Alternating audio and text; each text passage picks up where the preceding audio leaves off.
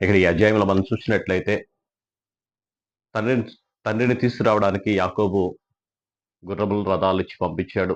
ఆయన పంపించిన తర్వాత అవన్నీ కూడా వాళ్ళందరూ కూడా వచ్చారు. ఇక్కడికి వచ్చిన తర్వాత తండ్రిని చాలా రోజుల తర్వాత చూస్తున్నాడు. ఎన్నో రోజులు తండ్రిని చూసేటప్పటికి తన హృదయం అంతా కూడా పొంగింది. ఒకరోజు మెడ మీద పడి ముద్దు పెట్టుకొని ఆ సన్నివేశాన్ని మనం ధ్యానించాం. అక్కడ ఉన్న తండ్రి స్థితి వేరు, ఇక్కడున్న తండ్రి స్థితి వేరు. మనం లూకా సువార్తలో మనం చూసాం. అక్కడ ఉండే తండ్రి తన కుమారుడు పాడైపోయి, తన కుమారుడు ఇంటి దగ్గర అన్ని దొంగిలించి తీసుకొని వెళ్ళిపోయినప్పుడు తండ్రితో గొడవపడి తీసుకొని వెళ్ళి అంత దుర్వ్యాపారం చేసి అంత వ్యర్థం చేసుకుని పందుల పుట్ట తిని తండ్రి జ్ఞాపకం వస్తే తిరిగి వచ్చాడు ఆ కుమారుడు. కానీ ఇక్కడ ఉండే ఈ తండ్రి విషయంలో, ఈ కుమారుడు విషయంలో సాక్షాత్తు మన ప్రభు అయిన యేసుక్రీస్తు వారు మన క్లియర్‌గా కనపడతారు అక్కడ. పరమును విడిచి పరలోక రాజ్యం గొప్ప భాగ్యమని ఎంచుకోకుండా ఆయన దిగి వచ్చాడు ఇక్కడికి.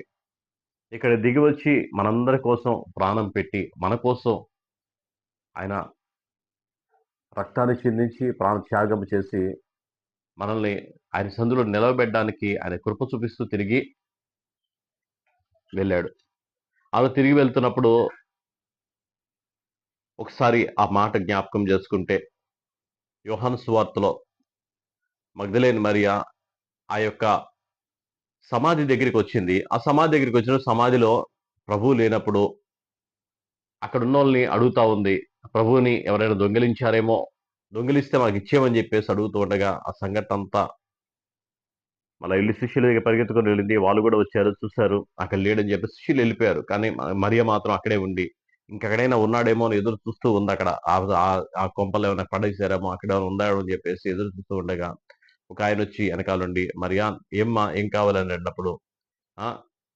ఆయన అంటున్నాడు కదా! తోటమాలేమో అనుకోని ఆయన అడుగుతుంది. ఆ దివ్యమైన సన్నివేశాన్ని ధ్యానిస్తూ ఉన్నప్పుడు అక్కడ ఆమె అడుగుతూ ఉండగా ఆమె అంటుంది కదా! "నా ప్రభువు నాకిస్తే నేను తీసుకొని వెళ్ళిపోతాను" అని చెప్పేసి ఆమె చెప్తుంది. మరియా అని పిలవగానే రబ్బూని ఆ స్వరం విని రబ్బూని అని పిలుస్తుంది. ప్రభు తిరిగి లేస్తాడని చెప్పినట్టుగా ఆయన తిరిగి లేచాడు అని గమనించినప్పుడు ఆయన అంటున్నాడు కదా! ప్రభు అంటున్నాడు ఒక మాట. "నేనింకా తండ్రి దగ్గరికి ఎక్కిపోలేదు.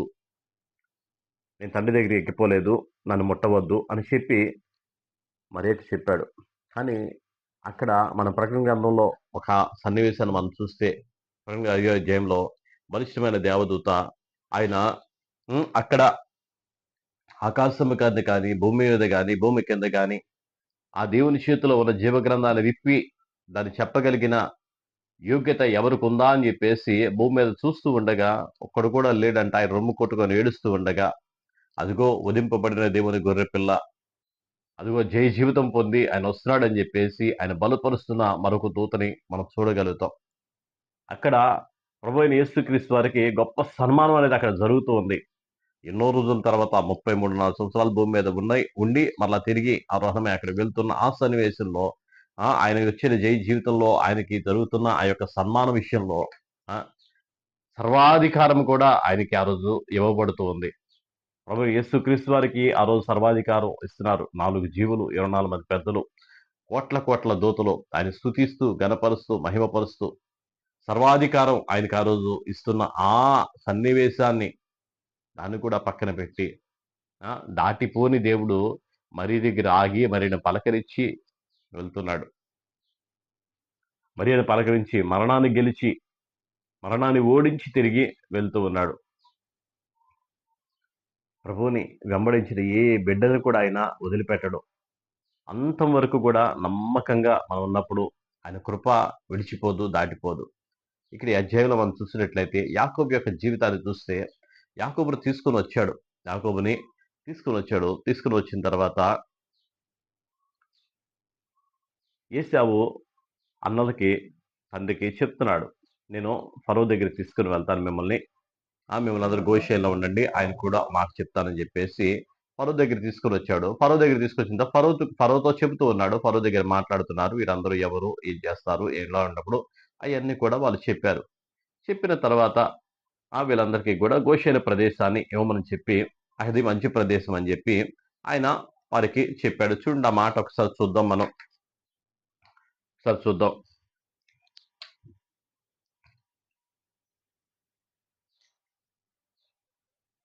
47 అధ్యాయము 3వ వచనంలో ఫరో అతని సహోదరులను చూచి మీ వృత్తి ఏమిటని అడిగినప్పుడు వారు నీ దాసులమైన మేము మా పూర్వీకులను గొర్రెల కాపర్లమని ఫరోతో చెప్పిరి.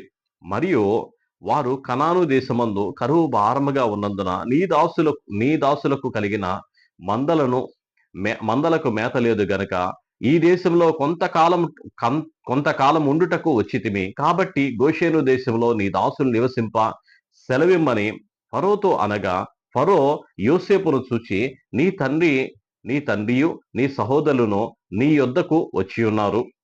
ఐగుప్తు దేశము నీ ఎదుట ఉన్నది. ఈ దేశంలోని మంచి ప్రదేశమందు నీ తండ్రిని నీ సహోదరులను నివసింపచేయము. గోషేను దేశములో వారు నివసింపవచ్చును. వారిలో ఎవరైనా ప్రజ్ఞ గలవారని నీకు తోచిన ఎడల నా మందల మీద వారిని అధిపతులుగా నియమించమని చెప్పెను. మరియు యోసేపు తన తండ్రి అయిన యాకోబును లోపలికి తీసుకొని వచ్చి ఫరో సమక్షమందు అతన్ని ఉంచగా యాకోబు ఫరోను దీవించెను. ఫరో నీవు జీవించిన సంవత్సరములు ఎన్ని అని యాకోబును అడిగినందుకు యాకోబు నేను యాత్ర చేసిన సంవత్సరములో 130, నేను జీవించిన సంవత్సరంలో కొంచెముగాను దుఃఖ సహితముగాను ఉన్నవి. అవి నా పితరులు యాత్ర చేసిన దినముల్లో వారు జీవించిన సంవత్సరములు లేవని ఫరోతో చెప్పి ఫరోను దీవించి ఫరో ఎదుటి నుండి వెళ్ళిపోయాను. హల్లెలూయా. ఆయన నామమునకే మహిమ కలుగును గాక. సహోదరులందరూ తీసుకొని వచ్చినప్పుడు మీరు ఏం చేస్తారు, మీ వృత్తి ఏమిటి అని అడిగినప్పుడు మేము మా పూర్వీకుల నుండి కూడా మేము గొర్రెల కాపర్లము. అయితే ఆ ముందు అధ్యాయంలో యోసేపు చెప్తున్నాడు గొర్రెల కాపర్లు అంటే ఐగుప్తీయులకు హేయులు. వారు చాలా హీనంగా చూస్తారు, వాళ్ళు చాలా తక్కువగా చూస్తారు. మేము పశువులు గలవారమని చెప్పమని చెప్పాడు. కానీ వీళ్ళు ఇక్కడికి వచ్చిన తర్వాత వాళ్ళు చెప్తున్నారు కదా మేము గొర్రెల కాపర్లము. కానీ వారి యొక్క జీవితంలో వారు ఇప్పుడు నిజమే చెప్తున్నారు, అబద్ధం చెప్పడంలా. దేవుడు ఎప్పుడైతే ఒక వ్యక్తి జీవితంలోకి దేవుడు ప్రవేశించిన తర్వాత, ఒక వ్యక్తి జీవితంలోకి దేవుడు వచ్చిన తర్వాత వాళ్ళు అబద్ధం ఆడడానికి ఇష్టపడరు. వాళ్ళు నిజమే చెప్తారు. ఏ నాటికైనా సరే వాళ్ళ జీవితంలో అబద్ధం ఆడడానికి కానీ ఏ పరిస్థితుల్లో అయినా సరే ఒక క్రైస్తవునికున్న నిరీక్షణ కానీ క్రైస్తవునికున్న ఒక గొప్ప కృపగానే ఉందంటే అది ఇదే. యాకోబు కూడా తన తండ్రిని వాళ్ళన్నలకు చెప్తున్నాడు కదా, వీళ్ళందరూ కూడా నీ అన్నలు నీ తండ్రి నీ దగ్గరికి వచ్చారు కదా ఫరో అంటున్నాడు యోసేపుతో.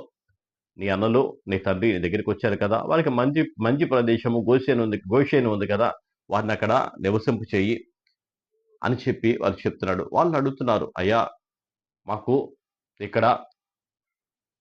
మనకి ఇక్కడ తినడానికి అక్కడ కరువు భారంగా ఉంది, కొద్ది దినాలు ఇక్కడ గడిపి మేము వెళ్తాము అని చెప్పినప్పుడు ఫరో కూడా ఆ మంచి మనసుతోనే అంగీకరించాడు. ఫరో అక్కడ ఉండడానికి అవకాశము ఇచ్చాడు. ఆ తర్వాత యోసేపు యాకోబును తీసుకుని వచ్చి ఫరో గదిలోనికి తీసుకుని వెళ్ళి ఫరో దగ్గర తీసుకొచ్చినప్పుడు యాకోబు ఫరోను దీవిస్తూ ఫరోను ఆశీర్వదిస్తూ ఉన్నాడు. యాకోబు ఇప్పుడు ఒక ప్రవక్తలాగా, ఒక యాజకునిలాగా, దేవుని యొక్క ప్రతినిధిలాగా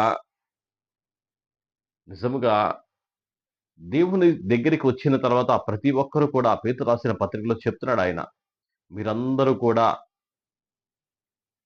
రాజులైన యాజక సమూహము ప్రభు దగ్గరికి వచ్చిన ప్రతి ఒక్కరికి కూడా దేవుడు ఆ కృపనిచ్చాడు. ఇక్కడ మారు మనసుతో కూడిన అనుభవాన్ని కూడా దేవుడు ఇచ్చాడు. వాళ్ళు విడిచిపెట్టలేదు, వదిలిపెట్టలేదు. అన్నలందరినీ కూడా 2 సార్లుగా అక్కడ శోధించాడు. వాళ్ళందరూ కూడా పశ్చాత్తాపడ్డారు. మనం చేసిన పాపమే మనం వెంబడించిందని చెప్పేసి వాళ్ళు అక్కడ ఎంతగానో ఆయా మనోదుఃఖముతో వారి బట్టలు చించుకొని వారు దుఃఖపడి ఏడ్చి వారి జీవితాన్ని వారి తప్పంతా కూడా కడుగుకున్నారు. అలాగే మరో విషయంలో ఇక్కడ యాకోబుని చూసినప్పుడు యాకోబుని ఫరో అడుగుతున్నాడు, నీ వయసు ఎంత అని చెప్పి అడిగినప్పుడు ఆయన నా వయసు అనకుండా నేను యాత్ర చేసిన దినములు 130. నేను యాత్ర చేసిన దినములు 130. నా పితరులు యాత్ర చేసినంత సంతోషంగా నేను లేను. ఆ దినములన్నీ కూడా దుఃఖ సహితంగానే ఉన్నాయి.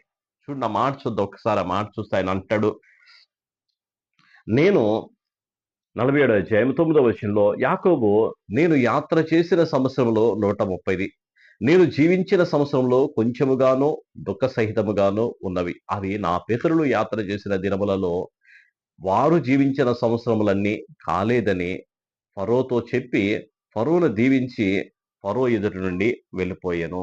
నేను యాత్ర చేసిన దినములు కొంచెముగాను అవన్నీ కూడా దుఃఖ సహితంగాను ఉన్నాయి అని చెప్పి యాకోబు చెప్తున్నాడు. నిజమే.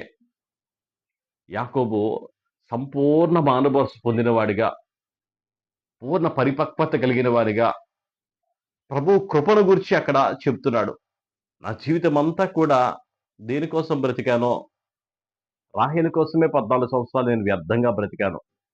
అతని గొర్రెల కోసం లాభాల దగ్గర ఇంకో 6 సంవత్సరాలు, ఆ తర్వాత పిల్లల కోసం నా జీవితంలో సుఖం అనేది ఏదీ లేదు.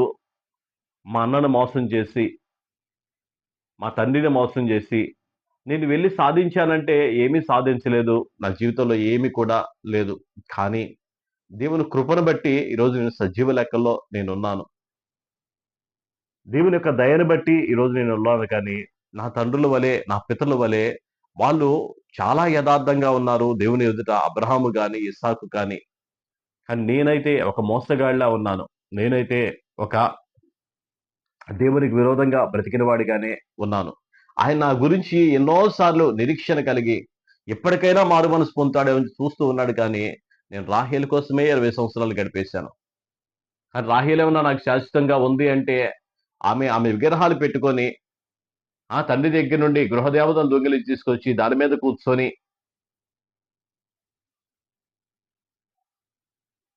విగ్రహాలు లేవు అని చెప్పి తన తల్లితో అబద్ధం ఆడినప్పుడు, ఆ విషయం నాకు తెలియక అది ఎవరి దగ్గర ఉంటే వారు చచ్చును గాక అన్నప్పుడు, నిజంగానే రాహేలు ఆ దారిలోనే, ఆ మధ్యలోనే గమ్యం చేరకుండానే అక్కడ బెన్యామీను కని చనిపోయింది. నేను ఎవరి కోసమైతే నేను జీవించానో ఆ జీవితం అంతా కూడా అది వ్యర్థం, శూన్యం. ఈ లోకంలో మనం దేనికోసం బ్రతికినా, దేనికోసం మనం ప్రయాసపడినా, ఆ ప్రయాసం అంతా కూడా జీరో. మన ప్రభువు కోసం ఎప్పుడైతే మనం బ్రతుకుతామో ఆ జీవితం మాత్రమే ఆనందకరంగా ఉంటది. ఆ పునాదులు కలిగిన ఆ పట్టణం కోసం యాకోబు జీవించాడు. పాదం పట్టే స్థలము కూడా ఆయన సంపాదించుకోలేదు. తన జీవితంలో దేవునికి నమ్మకంగానే ఉన్నాడు. దేవునికి యథార్థంగానే ఉన్నాడు. ఇస్సాకు తన జీవితకాలం అంతా కూడా దేవునికి నమ్మకంగానే ఉన్నాడు. యథార్థంగానే ఉన్నాడు. కానీ యాకోబు దగ్గరికి వచ్చినప్పుడు దేవుని కంటే కూడా లోకాన్ని ఎక్కువగా ప్రేమించాడు. దేవుని కంటే కూడా లోకానికి ఎక్కువగా ఉన్నాడు. చూడండి ఒకసారి చూస్తే ఫరో నీ వయసు ఎంత అన్నప్పుడు, ఆ నీకెన్ని సంవత్సరములు అన్నప్పుడు తన జీవిత కాలంలో ఆయన చెప్తున్న మాట, నా జీవితం అంతా దుఃఖ సహితముగా ఉంది అని అంటున్నాడు. అదే పూర్వపు యాకోబు అయి ఉంటే గనక, అంతకుముందు లాంటి యాకోబు అయి ఉంటే గనక, నేను బాగా తెలివిగలవాడిని, నేను బాగా జ్ఞానం కలిగిన వాడిని, చిన్నప్పటి నుండి కూడా నేను చాలా సాధించిన వాడిని. ఇగో నేను గొర్రెలను గొర్రెల సారు నీళ్ళ దగ్గర పెట్టి ఆ ఇన్ని గొర్రెలు నేను పుట్టించగలిగిన, ఇంత ఆస్తిని సంపాదించగలిగిన తెలివిగల వాడిని అని చెప్పేవాడు. చెప్పలా మాట. ఇదిగో నాకు 12 మంది రత్నాలు లాంటి పిల్లలు ఉన్నారు అని చెప్పేవాడు. కానీ ఆ మాట కూడా చెప్పలా. ఇదిగో 4 భార్యలు ఉన్నారు, నాకింత ఆస్తి ఉంది అని చెప్పేవాడేమో. కానీ ఒక్క మాట కూడా ఈ మాట మాట్లాడలా. మాట్లాడుతున్న మాట దుఃఖ సహితము గాని, నేను జీవించిన దినములో చాలా కొద్దిగా మాత్రమే మంచివి ఉన్నాయి. మిగతా సంవత్సరాలన్నీ కూడా దేనికోసం బ్రతికానో కూడా నాకు తెలీదు. నా జీవితకాలం అంతా కూడా వ్యర్థముగా, శూన్యముగా నేను బ్రతికాను అని చెప్పి ఆ యొక్క ఫరోకు చెప్పి, ఫరోను దీవించి అక్కడి నుండి వెళ్ళిపోతున్నాడు. హల్లెలూయా! ఆయన నామమునకే మహిమ కలుగును గాక. దేవుని సన్నిధికి వచ్చిన తర్వాత ప్రతి ఒక్కరి జీవితంలో కూడా ప్రభువు కోరేది, ప్రభువు నిరీక్షించేది కూడా ఇదే. మన జీవితంలో మార్పు చెందాలి.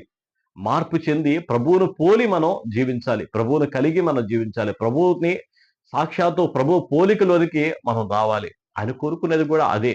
ఇప్పుడు యాకోబు పూర్తి పరిపక్వతలోనికి వచ్చిన వ్యక్తిగా, ఇన్ని సంవత్సరాల బట్టి దేవుడు ఆయన గురించి చూసిన నిరీక్షణ అంతా కూడా ఇదే. ఇప్పుడు ఆయన పేరు సంపూర్ణంగా పేరు ఇశ్రాయేలు అని చెప్పి సంపూర్ణత చేయగలిగిన వాడు. దేవునితో పోరాడి అప్పుడు ఇశ్రాయేలు అని పేరు పెట్టాడు. కానీ ఇప్పుడైతే ఆ పేరుకి సార్థకత చేసుకుంటున్నాడు. ఫరో ఎదుట సాక్ష్యం చెప్తున్నాడు. ఏమని సాక్ష్యం చెప్తున్నాడు? నేను అంత సంపాదించాను, ఎంత సంపాదించాను చెప్పట్లా. నా జీవితం అంతా కూడా నేను ఎందుకోసం ప్రయాసపడ్డానో కూడా అది నాకు తెలీదు. నిజమే కదా! మన జీవితం అంతా కూడా దేనికోసం? డబ్బు కోసం, ధనం కోసం, ఐశ్వర్యం కోసం, ఆస్తుల కోసం, వీటి కోసమే మన ప్రయాస. కానీ ప్రభు కోసం ప్రయాస, ప్రభువుతో జీవించడం కోసం మన ప్రయాస, ప్రభువుకి సాక్షిగా నిలబడడం కోసం మన ప్రయాస జీరో. ఫరో దగ్గరికి వచ్చి ఒక మనిషిని దీవించాలంటే, ఒక మనిషిని ఆశ్రయించాలంటే, ఒక మనిషి గొప్పవాడు కావాలంటే అది దేవుని వల్ల మాత్రమే సాధ్యం, ప్రభు వల్ల మాత్రమే సాధ్యం. ఆ ప్రభువుని గురించి సాక్ష్యం ఇస్తూ ఫరోను దీవిస్తూ వెళ్తున్నాడు. ఫరో అంతటి వాడు అంత గొప్ప స్థాయిలో ఉన్నాడు అంటే దానికి కారణం దేవుడే. ఆ తర్వాత మిగతా వచనాల్లో మనం చూసినట్లయితే వాళ్ళందరికీ కూడా గోషేను ప్రాంతాన్ని నిర్ణయించాడు. అది పశువుల మేతకి అనుకూలమైన ప్రదేశం. వారందరూ కూడా సుఖంగా ఉండడానికి దేవుడు నిర్ణయించిన ప్రదేశం. వాళ్ళు ఆ ప్రదేశంలో అభివృద్ధి చెందారు, ఆశీర్వదించబడ్డారు. యోసేపు 147 సంవత్సరాలు బ్రతికాడు. 130 సంవత్సరాల వయసులో అక్కడికి వచ్చాడు. ఆ తర్వాత 17 సంవత్సరాలు ఐగుప్తులో యోసేపు దగ్గర ఉన్నాడు. 17 ఏళ్ల వయసులో ఏశావు తండ్రి దగ్గర నుండి వచ్చేసాడు. ఇప్పుడు లాస్ట్ 17 ఏళ్ల వయసు తండ్రి దగ్గరే గడుపుతున్నాడు, తండ్రితో గడుపుతున్నాడు. తండ్రి 17 ఏళ్ల వయసు ఆయన చూచాడు. ఆ లాస్ట్ లో 17 ఏళ్ల వయసు తండ్రిని ఏశావు చూస్తూ ఉన్నాడు. ఆయన ఎంతో ముద్దుగా చూస్తున్నాడు. ఆయన చక్కని నిలుటంగిని యాకోబు ఏశావు కుట్టించాడు. ఈ వృద్ధాప్యములో ఏశావు కూడా తండ్రిని ఎంతో చక్కగా చూసుకోవడానికి దేవుడు కృప చూపించాడు. ఆయన నామమునికి మహిమ కలుగును గాక. ఆ తర్వాత కరువు భారం అయిపోయింది. ఇంకా 5 సంవత్సరాలు కరువు భారంగా ఉండగా, ఆ దేశంలో ఇంకా కరువు పెరుగుతూ ఉండగా వస్తూ ఉన్నారు. మొత్తం సమస్త అధికారం అంతా కూడా ఏశావుకే ఉంది. సమస్త అధికారం అంతా కూడా యోసేపుకే ఉంది. ఆ యోసేపు అధికారంతో మొత్తం అందరూ వస్తున్నారు. వారి గొడ్లు తీసుకొస్తున్నారు. గొడ్లు తీసుకొచ్చి ఆయనకి ఇచ్చేసి ఆహారం తీసుకొని వెళ్తున్నారు. తర్వాత అన్నీ అయిపోయినాయి. వాళ్ళు తినడానికి ఉండడానికి మొత్తం అయిపోయినాయి. ఆ తర్వాత ఈయన చెప్తున్నాడు కదా, వాళ్ళ పొలాలన్నీ కూడా రాయించుకున్నాడు. పొలాలన్నీ రాయించుకొని ఆహారం వాళ్ళకి ఇచ్చాడు. ఐగుప్తు దేశమంతా కూడా తన ప్రతినిధి అయిన తన రాజుకి అంతా కూడా రాయించి అప్పగించి వెళ్తూ ఉన్నాడు. ఆ తర్వాత ఆస్తులు అయిపోయినాయి, వాళ్ళ దగ్గర గొడ్లు అయిపోయినాయి, గొర్రె మేకలు అన్ని కూడా ఐగుప్తు రాజుకి అన్ని కూడా ఇచ్చేసాడు. మొత్తం అందరు జనులందరూ కూడా వాళ్ళ దేశంలో ఉన్నాయన్నీ కూడా వాళ్ళకి అప్పగించారు. ఆ తర్వాత మిగిలినదల్లా వాళ్ళు జీవితాలు మాత్రం మిగలగా అప్పుడు అప్పుడు యోసేపు వాళ్ళకి చెప్తున్నాడు కదా, ధాన్యపు గింజలు ఇచ్చి పంటలు పండించుకోవడానికి వాళ్ళ అవకాశం ఇచ్చి 5 వంతుల్లో ఒక వంతు తీసుకొచ్చి 5 వంతుల్లో ఒక వంతు తీసుకొని వచ్చి ఇక్కడ మీరు ఇవ్వాలి, మిగతావి మీరు తీసుకోవాలి అని చెప్పి వాళ్ళకి నిర్ణయించి పంపించాడు. ఆ విధంగానే వాళ్ళందరి మధ్యలో కూడా ఒక యోసేపు ఒక సాక్షిగా ఉన్నాడు. ఒక గొప్ప స్థితిలో, గొప్ప స్థాయిలో దేవుడు హెచ్చించాడు. ఆయనకు వచ్చిన దర్శనాన్ని బట్టి, దేవుడితో ఆయనకున్న విశ్వాసాన్ని, దేవుని కోసం ఆయన బ్రతికిన బ్రతుకును బట్టి ఈ రోజు కూడా ఏ పాపం జోలికి కూడా ఆయన వెళ్ళలేదు. యథార్థంగాను, నీతిగాను. అక్కడ అంత అధికారం ఉన్నప్పటికీ కూడా, యోసేపుకి అంత గొప్ప స్థితి ఉన్నప్పటికీ కూడా తన అధికారాన్ని దుర్వినియోగం చేయలేదు. ఆ యొక్క ఫరోకి చెప్పకుండా ఏమీ చేయలేదు. ఫరోకి తెలియజేసే సమస్తమును కూడా నమ్మకంగా, ఆ నమ్మకత్వమే కోరుకుంటాడు దేవుడు. యథార్థత కోరుకుంటాడు. సొంత పెత్తనాలు చేసే ఆ పద్ధతి కూడా మనందరూ మానివేసి యజమానులకి నమ్మకంగా ఉండేలాగా యోసేపు తన జీవితం అంతా కూడా అలాగే ఉన్నాడు. అందుకే యోసేపుని, తన అన్నల్ని, తన కుటుంబాన్ని అంతటి కూడా రక్షించుకోగలిగిన గొప్ప కృపని దేవుడు మనకి దయచేశాడు. అట్టి దీవెన, అట్టి ఆశీర్వాదం మనకినే ఉండును గాక. ఆయన సన్నిధి మనకు తోడుగా ఉండి మనల్ని కూడా దేవుడు దీవించి ఆశ్రయించి ఆయన కృపలో భద్రపరిచి యాకోబు వంటి పరిపూర్ణమైన సాక్ష్యము కలిగి మన జీవితంలో దేనికోసం మనం బ్రతుకుతున్నామో ప్రభు దగ్గరికి చేరాల ఆశతో నిరీక్షణతో మనం బ్రతుకుతున్నామో, ఆయన రాకళ్ళు ఎత్తబడే గుంపులో మనం ఉండడానికి మనం బ్రతుకుతున్నాం లేదో మనం గ్రహించుకుంటూ మన జీవిత దినాలన్నీ ముగించుకుందామో గాక. చిన్న ప్రార్థన చేసుకుందాం. స్తోత్రం నాయన, మహాపరిశుద్ధుడైన దేవ, మీకే వందనాలు, స్తోత్రాలు. మహోన్నత మహాగరుడ, గొప్ప దేవుడా, జీవం గల యేసయ్య, మీకు స్తోత్రాలు చేస్తున్నాం. మీరే మహిమ పొందండి ప్రభువా. మీ కృప దయచేయండి, దయచేయండి, సహాయం దయచేసి తండ్రి. మీకు స్తోత్రాలు అయా తండ్రి, మీకు స్తోత్రం నాయన. యాకోబు జీవితంలో ప్రభువా అయా ఆయన అంటున్నాడు కదా, ఫరో ఎదురు సాక్ష్యం ఇస్తున్నాడు తండ్రి. అయ్యా మేము కూడా జనుల ఎదుర మీ సాక్ష్యం ఇస్తున్నాయినా, గత జీవితం అంతా కూడా ఇలా ఉంది, కానీ ఇప్పుడైతే ప్రభువుతో మా జీవితం ఆనందకరంగాను, సంతోషంగాను, సంతోషంగా ఉందని, యథార్థంగా, నీతిగా, న్యాయముగా ప్రభువా మేము సాక్ష్యం ఇచ్చినట్టుగా మీ సహాయం దయచేయండి తండ్రి. మీకు వందనాలు అయ్యా తండ్రి, మీకు స్తోత్రం నాయన. నా దేవ, నా ప్రభువా మీ కృప దయచేయండి. వాక్యం ఎందరైతే వింటున్నారో వారందరి మీద మీ దయ, మీ కృప ఉంచి మీ సహాయం దయచేసి మీరు మహిమ పొందమని యేసయ్యా మీకు వందనాలు తండ్రి. మీ సన్ని తోడుగా ఉంచి నడిపించి మీరు మహిమ పొందమని, పరిచర్లన్నీ కూడా దీవించండి. సేవకులందరి మీద మీ అభిషేకం ఉంచండి, సహాయం దయచండి, వాక్యంతో నింపండి ప్రభువా. మీ కృప దయచేయమని యేసు నామములో అడిగి వేడుకొనిచున్నాం తండ్రి. ఆమేన్, ఆమేన్, ఆమేన్. అందరికీ వందనాలు. దేవుడు మనందరూ కూడా దీవించి ఆశీర్వదించును గాక. ఆమేన్.